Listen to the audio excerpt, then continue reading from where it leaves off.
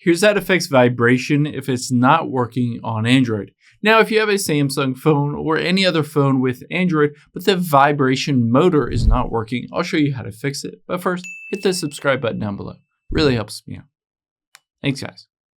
Now, the first thing we'll do is swipe up from here, and we'll get into your settings and tap on that.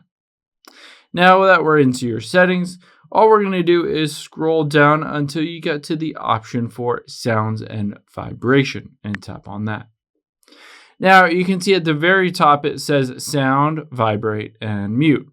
Now I'm going to make sure it taps on vibrate here, and you can see do not disturb is turned on. So let's turn that off by swiping down from the top right and toggling off do not disturb. Let me go back in here.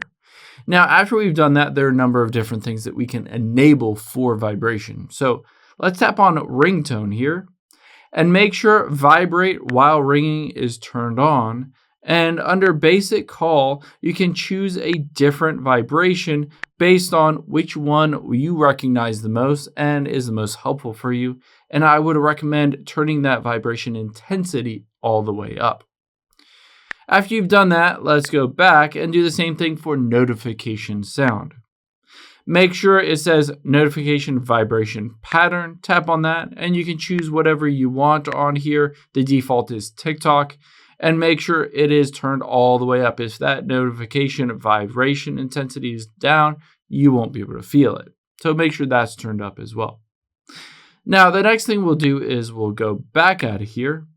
And you can see if I scroll down, it says call vibration, notification vibration, which we just went through, but also system vibration. Tap on that. Now here you can see a bunch of different vibration feedbacks for dialing, keypad, charging, etc. If any of these are off, you just need to toggle them all on and make sure that vibration intensity is all the way up as well.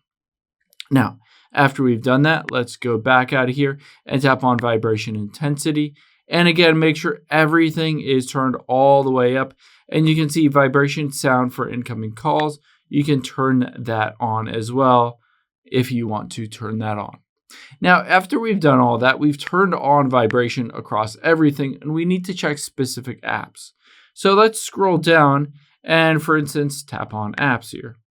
Now, if there's a specific app that's not vibrating whenever you get a notification, you need to tap on that app, let's say Facebook, tap on notifications, make sure this is turned on, and you can see sound and vibration. Make sure that is turned on so that you will get both the sound as well as the vibration on your phone. Now, if any of these don't work, the next thing I would recommend doing is going back to the beginning here, scrolling down to the bottom and tapping on software update. After you've done that, tap on download and install, and just install the latest Android operating system so that you get the latest features. And if there's a bug associated with that vibration motor, a lot of times just an update will help to fix it. Now, if any of these don't work, the last thing I would recommend doing is going into the Play Store here and just Googling or searching for vibration tester. You can see I just downloaded this top choice here. And if I hop into that app, I can just hit start vibration. And essentially, this will test out the vibration motor to see if it is working. No matter what, if it does work on there, then your vibration motor is working. If it doesn't, then you need to take it into a service center to get your phone serviced and to fix that vibration motor.